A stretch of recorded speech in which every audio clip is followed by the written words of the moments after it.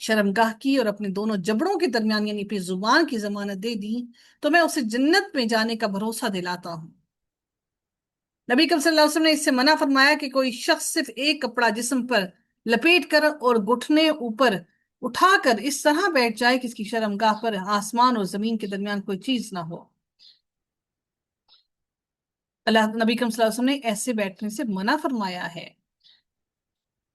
Even کہ اگر تو شلوار قمیض بھی پہنے ہوئے ہوتے ہیں تو طریقے سے بیٹھنا، یہ مینرز ہیں۔ ایسا نہیں کہ ٹانگیں کھول کر بیٹھ گئے اور کوئی طریقہ ہی نہیں بیٹھنے کا، اٹھنے کا، لیٹنے کا کوئی طریقہ ہی نہیں۔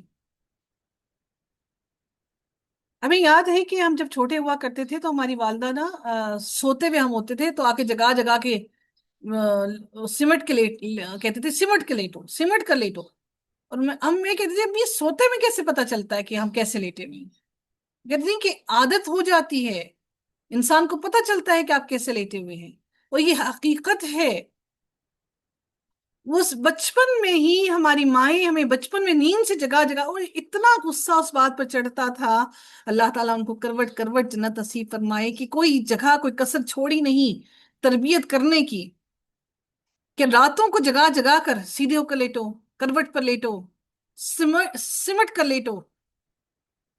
آج ہم نے اپنی اولاد کو کھلا چھوڑ دیا، مطلب ان کو اٹھنا بیٹھنا سونا جاگنا سب کچھ بھلا دیا ہم نے۔ یہ ہمارا دین کا حصہ ہے، ہمارا دین ہمیں سکھاتا ہے لیٹتے کیسے ہیں، بیٹھتے کیسے ہیں۔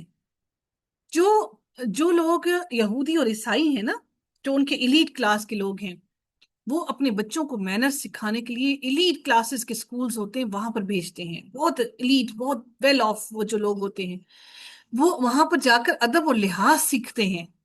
وہ کہتے ہیں کہ ہماری علم تو آ ہی جائے گا لیکن جو ادب اور لحاظ ہے وہ نہیں آئے گا۔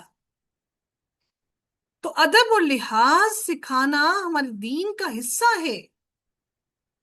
ہمیں بات کرنا، ہمیں اٹھنا بیٹھنا چلنا پھرنا کھانا پینا، ایون کہ واش روم کو استعمال کرنا، کہ واش روم سے باہر نکلے تو وہ اس کے بھی استعمال کرنے کی مینرز ہیں۔ یہ سارے مینرز ہماری تربیت کا حصہ ہے کہ ہمیں اپنی اولاد کی تربیت کرنی ہے ان تمام چیزوں پر۔ ہم انہیں تمام چیزوں پر پڑے رہیں تو پھر ہماری تو اور چیزوں کی فرصت ہی نہیں۔ اللہ رب العزت نے واضح طور پر ہمیں یہ تمام چیزیں بیان کر دی۔ اللہ تعالیٰ نے سورہ نور میں ہمیں یہ تمام چیزیں سکھائی ہمیں۔ کیا آج ہم مائیں اپنی اولاد کو یہ تمام چیزیں سکھا رہی ہیں؟ بہترین سا لباس پہنا بچوں نے، یہ ٹائٹ کپڑے پہنے، سارا کچھ پہن کے بس گھومے پھرے مزے کیے، کوئی پرواہ ہی نہیں۔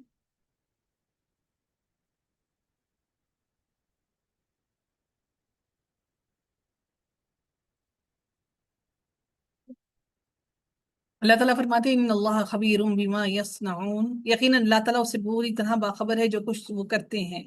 یعنی نظر کب اٹھتی ہے اللہ تعالیٰ کو خبر ہے، نظر کب جھکتی ہے اللہ تعالیٰ اس سے بھی واقف ہے، نظریں کب نظروں کا تک پیغامات پہنچاتی ہیں اللہ اس سے بھی واقف ہے، نظریں کب دلوں میں اتر جاتی ہیں اللہ اس سے بھی واقف ہے، نظر سے شرمگاہ تک کے فاصلے کیسے سمٹتے ہیں اللہ اس سے بھی واقف ہے۔ اللہ تعالیٰ نے اپنی خبر سے نظریں بچانے سے شرمگاہوں کی حفاظت کرنے تک انسان کو مصروف کر دیا ہے۔ اللہ تعالیٰ نے اپنی خبر سے نظریں بچانے سے شرمگاہوں کی حفاظت کرنے تک انسان کو مصروف کر دیا ہے۔ یعنی اسلام ہمیں نظروں پر پہرے بٹھانے کا حکم دیتا ہے کہ ہم اپنی نظروں پر پہرے بٹھائیں۔ نظر کو درست کر لیا تو انشاءاللہ بہت سے معاملات میں ہم اپنے آپ کو بہتر کر لیں گے۔ نگاہ کو پاک کر لیا تو انشاءاللہ بہت سی خباثتوں سے بچ جائیں گے۔ اللہ تعالیٰ ہم سب کو نظر کی حفاظت کرنے والوں میں شامل کرے۔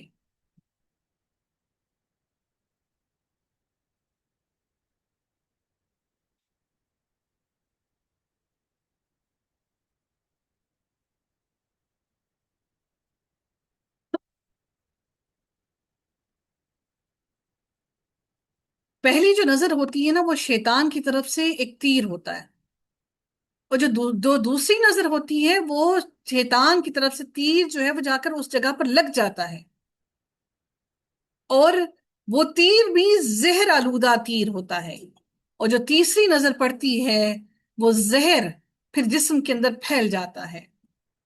آپ سوچئے کہ جسم کے اندر جو تیر لگ گیا، زہر آلود تیر لگ گیا، تو پھر کیا اس کا کوئی علاج ہوگا؟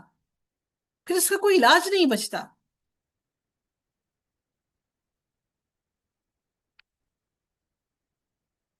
اب ہم نظر کی حفاظت کیسے کریں؟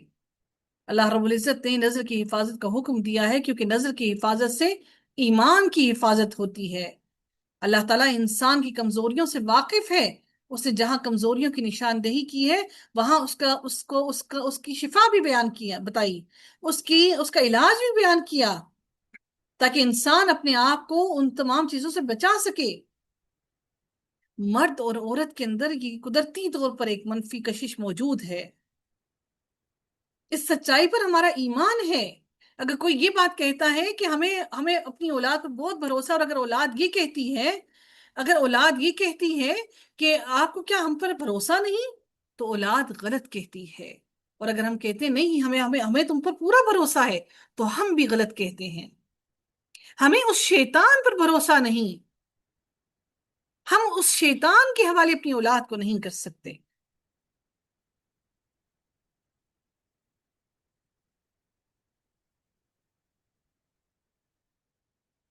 رسول اللہ صلی اللہ علیہ وسلم نے فضل بن عباس کو قربانی کے دن اپنی سواری پر ایسے اپنے پیچھے بٹھایا، وہ خوبصورت گورے مرد تھے۔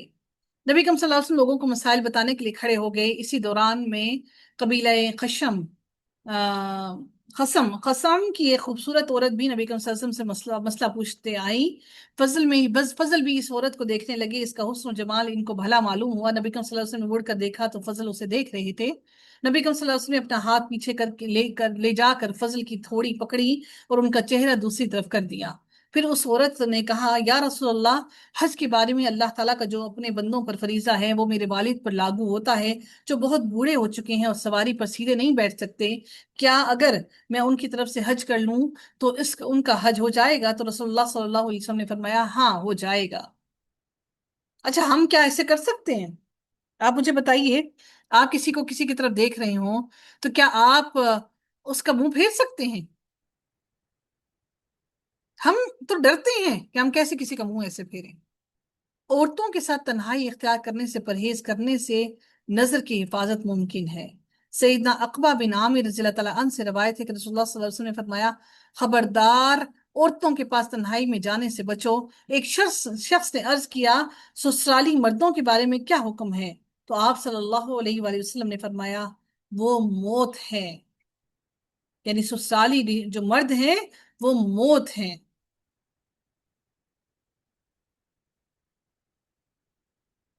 غد بصر کے حکم میں کیا آتا ہے کہ غد بصر سے کیا مراد ہے؟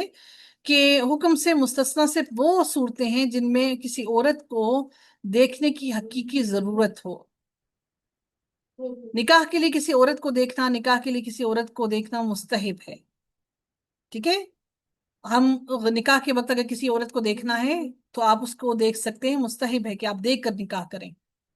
رسول اللہ صلی اللہ علیہ وسلم نے نکاح کے لیے عورت کو دیکھنے کی تعلیم دی، اور سیدنا ابو ہریرہ سے روایت ہے کہ میں نبی کریم صلی اللہ علیہ وسلم کے پاس حاضر تھا، آپ کے پاس ایک آدمی نے آ کر آپ کو خبر دی کہ اس نے ایک انصاری عورت سے نکاح طے کیا ہے، تو آپ نے اس سے فرمایا، کیا تو نے اسے دیکھا ہے؟ اس نے کہا نہیں۔ آپ صلی اللہ علیہ وسلم نے فرمایا، جا اور اسے دیکھ، کیونکہ انصاری عورتوں کی آنکھوں میں کچھ ہوتا ہے۔ سیدہ مغیرہ بن شعبہ رضی اللہ تعالیٰ عنہ سے روایت ہے کہ انہوں نے ایک عورت کو نکاح کا پیغام دیا، پھر نبی صلی اللہ علیہ وسلم نے فرمایا، تم اس کو دیکھ لو، کیونکہ دیکھنے میں تم دونوں میں الفت پیدا ہونے کی امید ہے۔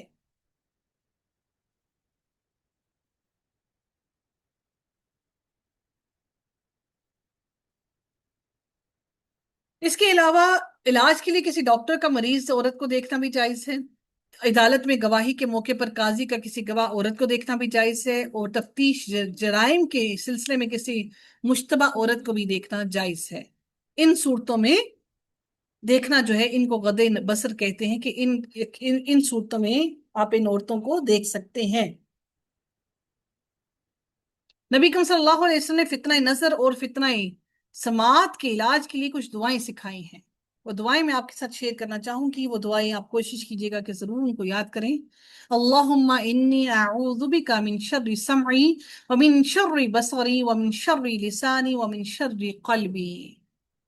دوسری دعا کیا ہے کہ اللہم عافنی فی بدنی، اللہم عافنی فی سمعی، اللہم عافنی فی بصری، لا الہ الا انت۔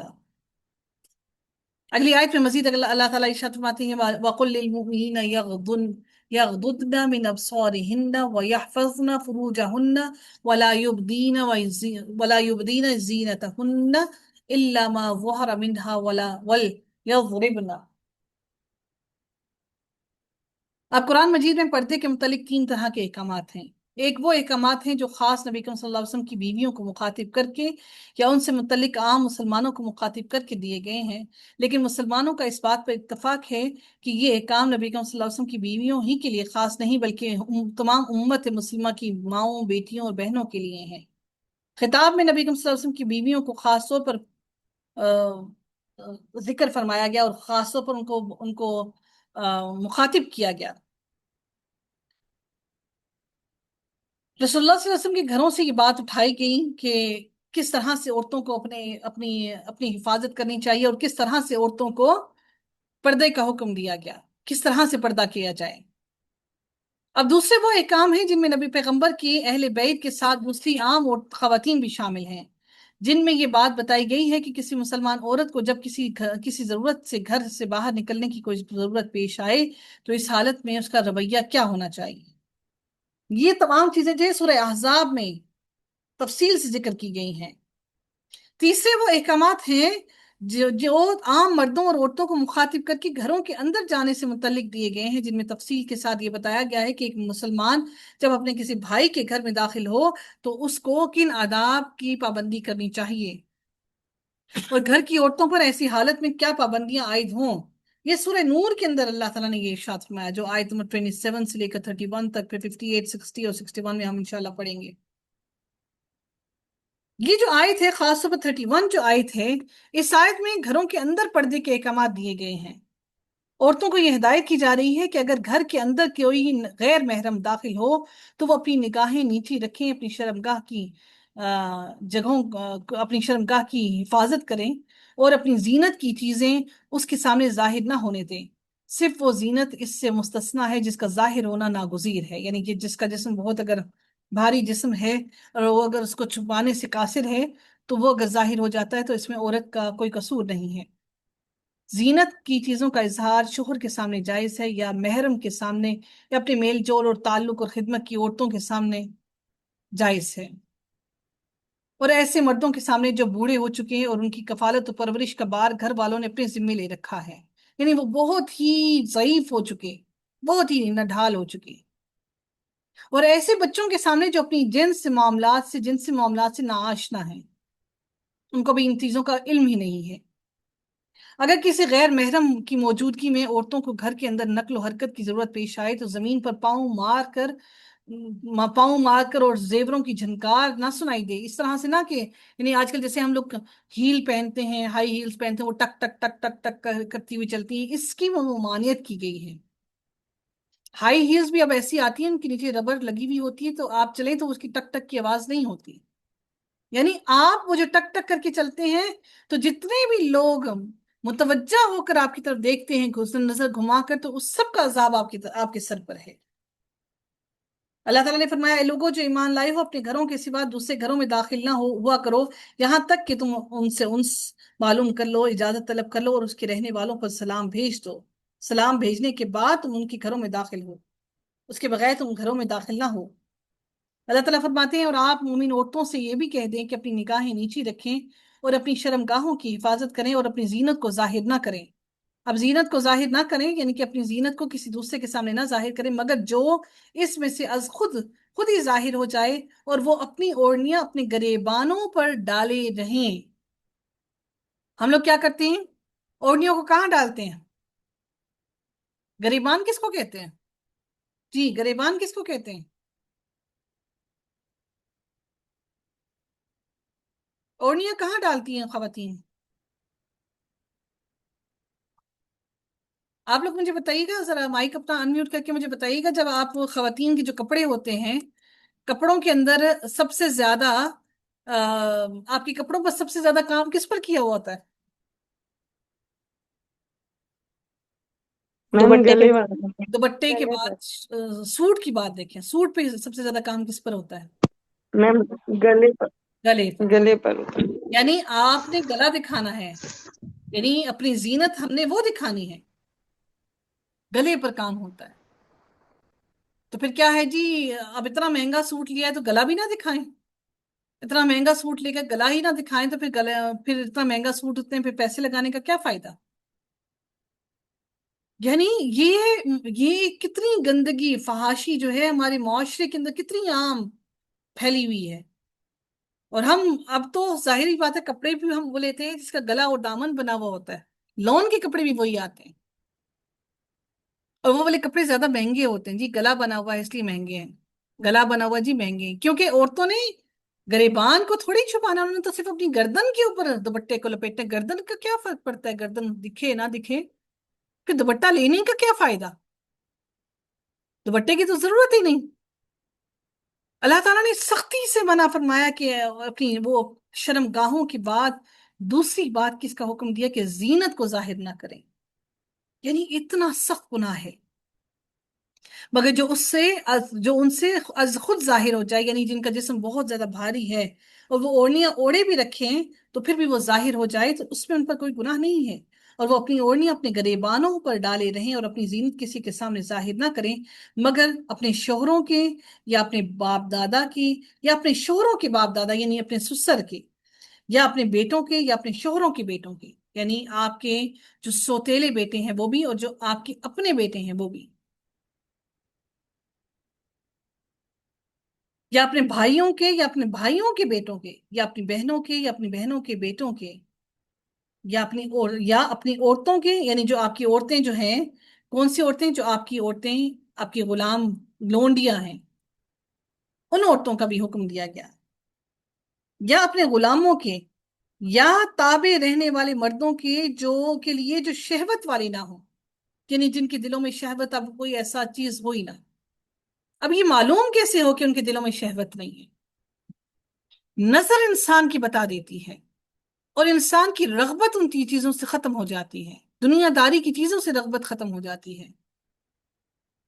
یا ان بچوں کے لیے جو عورتوں کی پوشیدہ باتوں سے واقف نہ ہوں، یعنی عورتوں کی پیریڈ سے یا عورتوں کی حسن سے، ان تمام چیزوں سے وہ واقف نہ ہوں. وَلَا يَضْرِبْنَا بِأَرْجُلِهِنَّ لِيَعْلَمَ مَا يُخْفِينَ مِن زِينَتِهِنَّ. اور پھر اللہ تعالیٰ نے پھر خاص طور پر فرمایا کہ اور وہ اپنے پاؤں زور سے زمین پر نہ مارے. ہم ہائی ہیل تو لیتے ہی اس لیے کہ جب ہم چلیں تو تمام محفل ہماری طرف مڑ کر دیکھیں. اللہ نے تو کہا کہ زمین پر زور سے پاؤں نہ ماریں کہ ان کی وہ زینت جسے وہ چھپاتی ہیں معلوم ہو.